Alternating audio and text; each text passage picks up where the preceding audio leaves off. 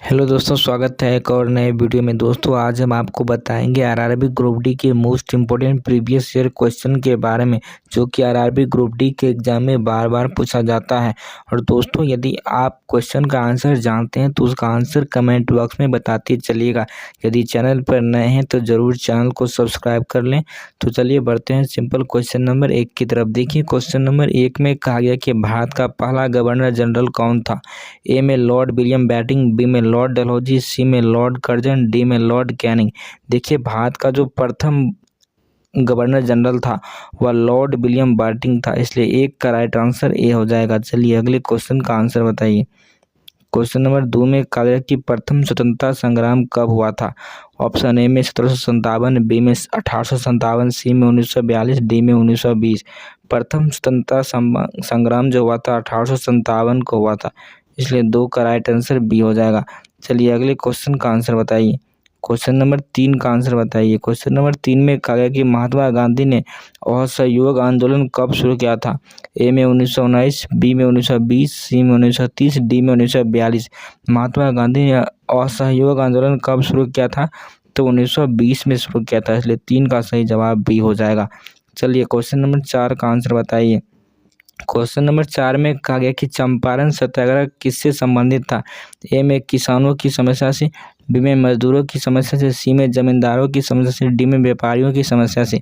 चंपारण सत्याग्रह किससे संबंधित है, तो किसानों की समस्या से, इसलिए 4 का सही जवाब ये हो जाएगा। चलिए क्वेश्चन नंबर 5 का आंसर बताइए कि भारत छोड़ो आंदोलन कब शुरू हुआ था। ए में 1920, बी में 1930, सी में 1942, डी में 1947। भारत छोड़ो आंदोलन कब शुरू हुआ था। 5 का राइट आंसर हो जाएगा 1942। भारत छोड़ो आंदोलन 1942 में शुरू हुआ था, इसलिए 5 का सही जवाब सी हो जाएगा। चलिए क्वेश्चन नंबर 6 का आंसर बताइए कि किसने स्वराज मेरा जन्मसिद्ध अधिकार है कहा था। किसने स्वराज मेरा जन्मसिद्ध अधिकार है कहा था। ए में महात्मा गांधी, बी में बाल गंगाधर तिलक, सी में भगत सिंह, डी में सुभाष चंद्र बोस। 6 का जो राइट आंसर हो जाएगा बाल गंगाधर तिलक हो जाएगा। 6 का राइट आंसर बी हो जाएगा। चलिए क्वेश्चन नंबर 7 का आंसर बताइए कि अजंता और एलोरा की गुफाएं किस राज्य में स्थित है। ए में राजस्थान, बी में महाराष्ट्र, सी में मध्य प्रदेश, डी में कर्नाटक। अजंता और एलोरा की गुफाएं किस राज्य में स्थित है, तो महाराष्ट्र हो जाएगा। 7 का सही जवाब बी हो जाएगा। चलिए क्वेश्चन नंबर 8 का आंसर बताइए कि संविधान सभा का गठन कब हुआ था। ए में 1946, बी में 1947, सी में 1950, डी में 1952। संविधान सभा का गठन कब हुआ था, तो 1946 में हुआ था, इसलिए 8 का सही जवाब ए हो जाएगा। चलिए क्वेश्चन नंबर 9 का आंसर बताइए कि पहला लोकसभा चुनाव कब शुरू हुआ था। ए में 1947, बी में 1952, सी में 1950, डी में 1962। पहला लोकसभा चुनाव कब हुआ था, तो 9 का राइट आंसर बी हो जाएगा। 1952 को शुरू हुआ था। पहला लोकसभा चुनाव 1952 को शुरू हुआ था, इसलिए 9 का सही जवाब बी हो जाएगा। क्वेश्चन नंबर 10 का आंसर बताइए कि महात्मा गांधी की हत्या किसने की थी। ए में नाथूराम गॉडसे ने, बी में भगत सिंह ने, सी में सुभाष चंद्र बोस, डी में चंद्रशेखर आजाद। सारी दुनिया जानता है कि महात्मा गांधी की हत्या नाथूराम गॉडसे ने किया था, इसलिए 10 का राइट आंसर ए हो जाएगा। चलिए क्वेश्चन नंबर 11 का आंसर बताइए कि भारत का सबसे बड़ा राज्य कौन सा है क्षेत्रफल के आधार पर। ए में उत्तर प्रदेश, बी में राजस्थान, सी में महाराष्ट्र, डी में मध्य प्रदेश। देखिए क्षेत्रफल के आधार पर सबसे बड़ा राजस्थान है, लेकिन जनसंख्या की दृष्टि से सबसे बड़ा उत्तर प्रदेश है, इसलिए उत्तर प्रदेश नहीं होगा, राजस्थान होगा। 11 का राइट आंसर बी हो जाएगा। चलिए अगले क्वेश्चन का आंसर बताइए। क्वेश्चन नंबर 12 में कहा गया कि कौन सी नदी बंगाल का शोक कहलाती है।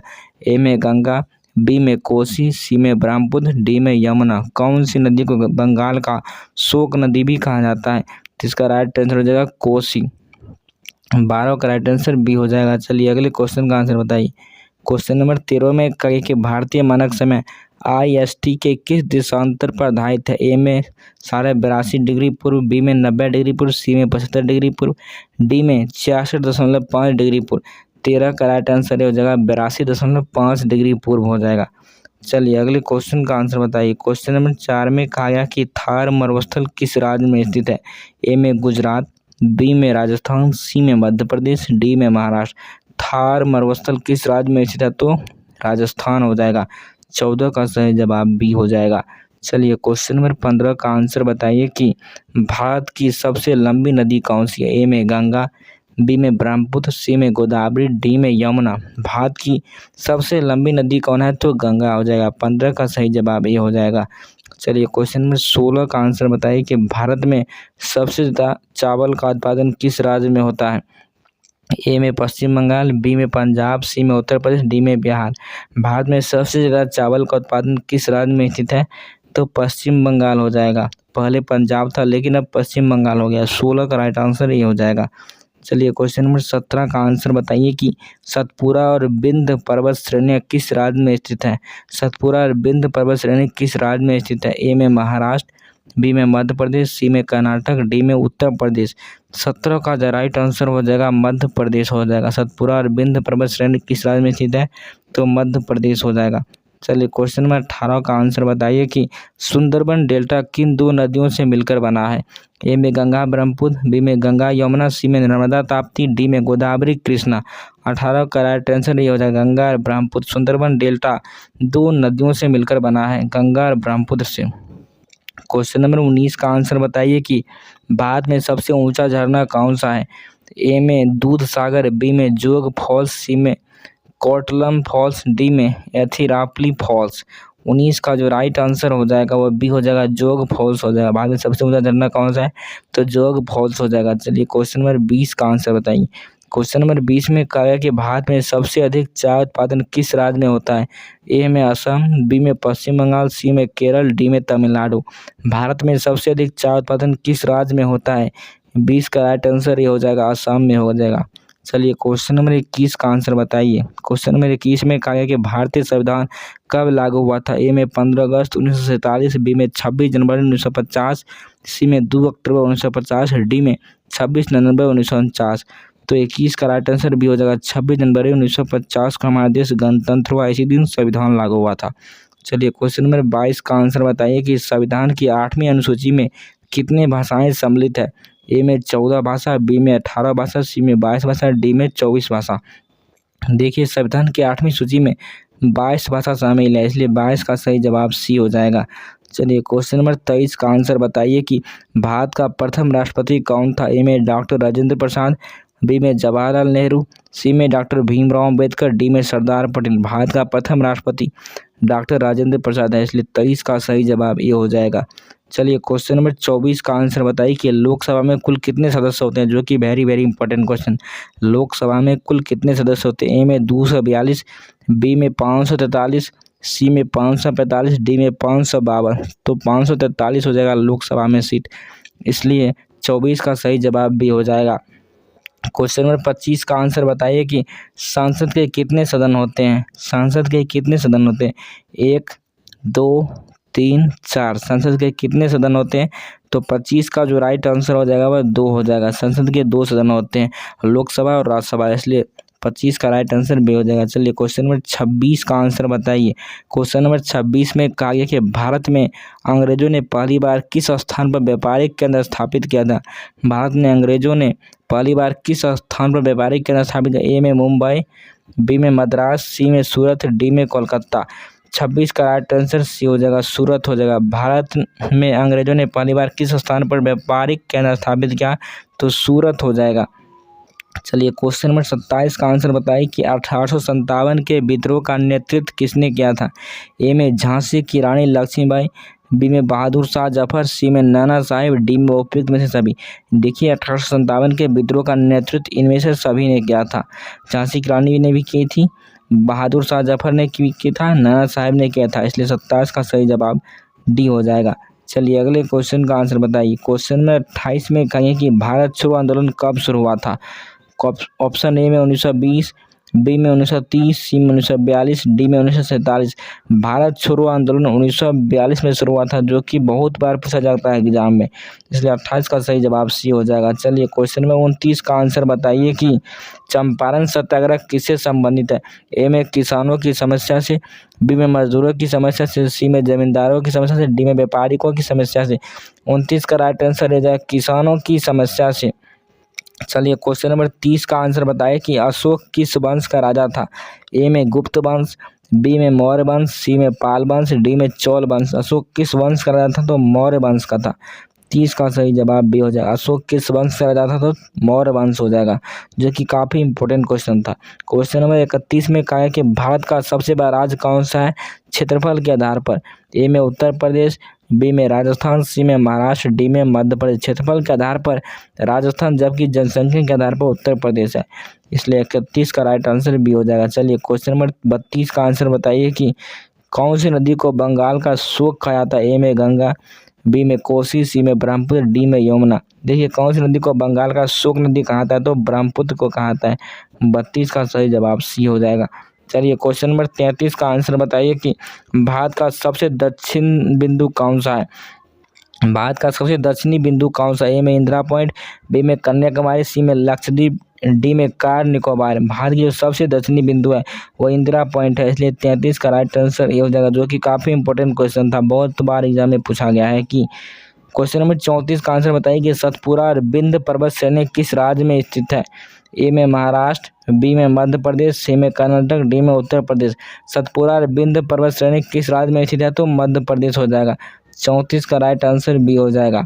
चलिए क्वेश्चन नंबर 35 का आंसर बताइए। क्वेश्चन नंबर 35 में कहा गया कि भारत का सबसे ऊंचा झरना कौन सा? ए में जोग फॉल्स, बी में कोचिकल फॉल्स, सी में दूध सागर फॉल्स, डी में बारचुक्की फॉल्स। भारत का सबसे ऊंचा झरना कौन है? कोचिकल फॉल्स हो जाएगा। 35 का राइट आंसर बी हो जाएगा। चलिए क्वेश्चन नंबर 36 का आंसर बताइए।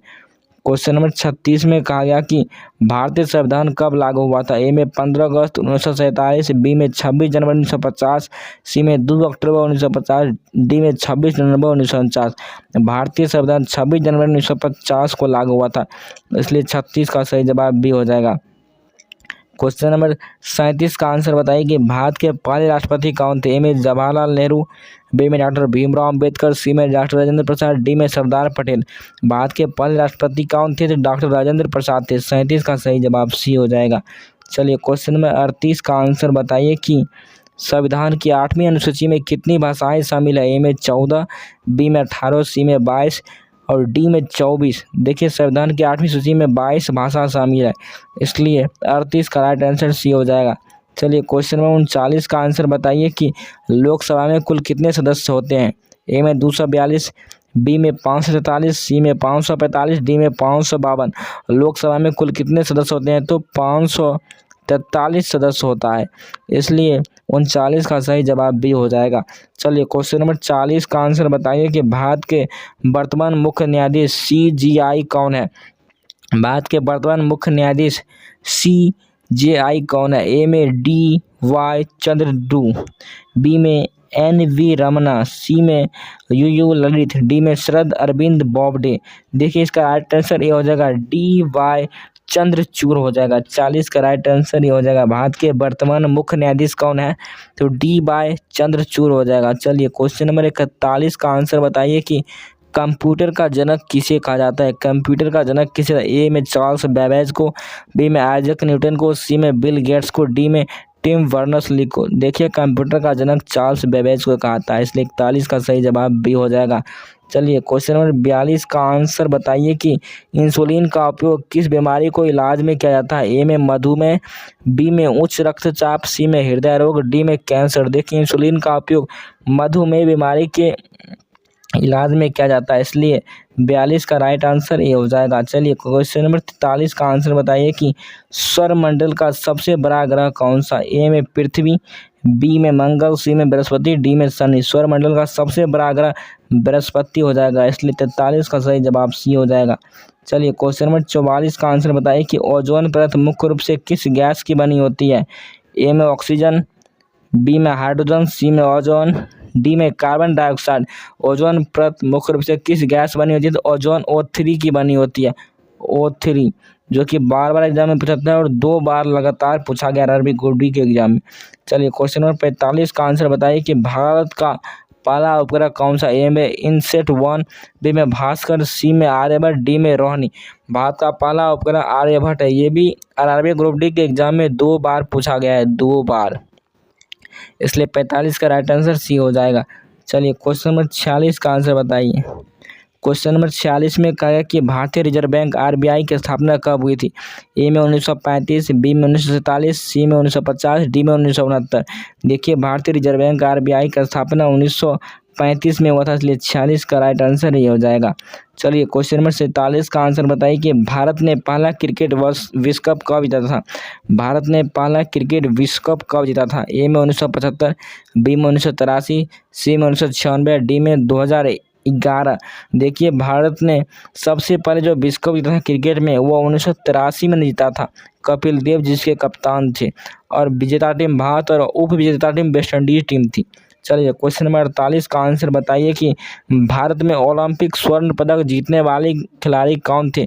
भारत में ओलंपिक स्वर्ण पदक जीतने वाले पहले खिलाड़ी कौन थे? ए में अभिनव बिंद्रा, बी में मिल्खा सिंह, सी में सुशील कुमार, डी में पीवी सिंधु। इसका राइट आंसर अभिनव बिंद्रा हो जाएगा। 48 का राइट आंसर ये हो जाएगा।